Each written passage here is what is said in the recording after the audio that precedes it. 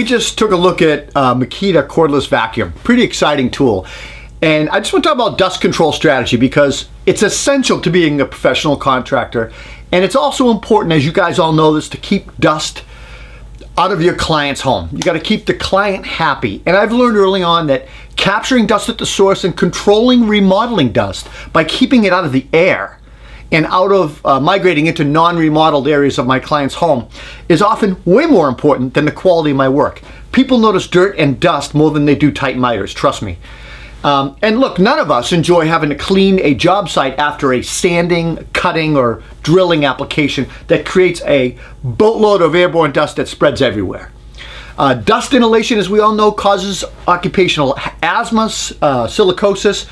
It can cause cancer and all kinds of other debilitating diseases. Silica, which comes from concrete dust, is being called the new asbestos, and the U.S. Department of Labor and OSHA have issued rulings on reducing the permissible exposure limits to workers in our industry. OSHA has what's called a Table 1 standard. It identifies 18 common construction tasks that we all pretty much do that generate high exposures to respirable crystalline silica. And it also, for each one of those tasks, it specifies engineering controls and work practices, as well as respiratory protection that efficiently protects workers. So we have to be safer. This new Makita vacuum, it's a 2.1 gallon vacuum and it meets the OSHA Table 1 requirements. And that's because it has a 99.97 filter efficiency, a filter cleaning mechanism, and a high enough CFM rating to apply. Perfect for small drilling and chipping applications. The best part about it is this vacuum weighs 21.8 pounds with 2 batteries. And it produces 74 CFMs with a 36-inch water lift. That's a suction that they use to rate these vacuums. So it's cordless power, guys. There is a suction control dial for a variety of applications, although we just left it in its highest setting when we used it and tested it. If you're looking for, I just want to point out, if you're looking for more suction, or maybe you're doing some sort of more grinding or surfacing, then you're going to want to look at their corded version or their AC/DC version, which boasts 127 CFMs and 96 inches of water lift of suction. Runtime. We put two 18-volt 5-amp-hour batteries in the vacuum. It will run for about 65 minutes, and that's continuous running on low setting, if you've got it on lower setting, or 30 minutes on high. We left it on high. 30 minutes is all we got. It runs on two 18-volt 5-amp-hour batteries. It will not work on one, so it has to have both batteries in there. I don't know if it draws. It must draw simultaneously. There is a dual LED battery indicator, and that shows battery charge level, but also overheating. I'll talk about that in a minute. We used it to collect dust while we did some drilling. We were doing some 3/8-inch drilling and also a little bit of small chipping application. As far as the two batteries go, I'm starting to come around on this. I wasn't a big fan in the beginning. Makita feels strongly that staying in the 18-volt platform is the right choice for end users. They feel that if they can accomplish their task with one battery, they'll do it.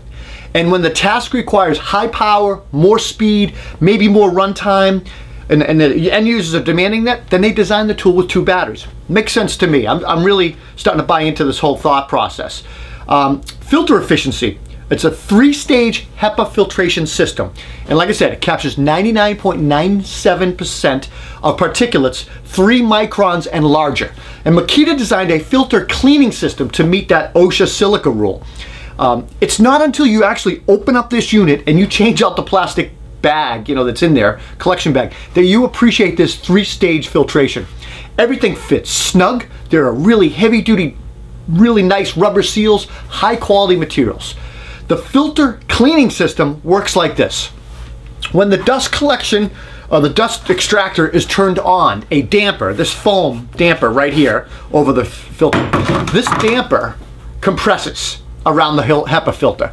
When the dust extractor is turned off, the damper rapidly expands to its normal shape, and it basically shakes or cleans debris off the pre-filter, which fits underneath these two filters.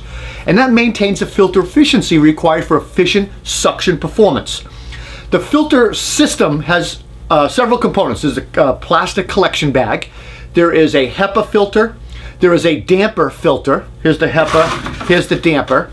And then the pre-filter is this kind of silky bag with a rubber gasket that fits around it. The vacuum itself is, and the motor chamber, it's all heavy-duty, well-constructed, sound-absorbing material. And that's going to give you a quieter operating level. This operates at 64 decibels. It's reasonably quiet. It's also equipped, like a lot of these cordless tools, with overload and overheat protection. If the tool is operated in a manner that causes it to maybe draw an abnormally high current, it's going to shut off. It's going to stop until things are brought back down, or maybe there's a clog that's cleared or whatever. If it's overheated, you'll notice it'll shut down, but you also notice the battery indicator will blink for 60 seconds. In either case, disconnect the batteries, find the problem, address it. We used it with the Makita SDS hammer drill, and we had a little dust collection shroud. And like I said, we used it to drill some holes in concrete walls, as well as chip some irregularities on a floor where we widened a concrete wall. We cut an opening in it. It worked great. It's a no-nonsense tool. There's no bells, there's no whistles, there's not a lot of things to learn. And we like that. Hook it up, turn it on, get to work. I like that it has a large, oversized on-off switch, and I found it, just easy. Just reach it with my foot to turn it on, turn it off. The top of the vacuum has a large top handle that's easy to carry, folds down nice and flat when not needed or when storing. 1-inch anti-static hose, 11 feet long. It's durable, quality materials, and extends well and moved around well. It didn't twist or kink up like a lot of vacuums do. There are bumpers on the vacuum, and I found that would be, thought that would be probably really nice when using an interior to protect woodwork, stuff like that. The vacuum has small wheel casters that pretty much allow it to be rolled around nicely on concrete, smooth concrete, hardwood, or carpet, although it did struggle on concrete floors with a lot of debris.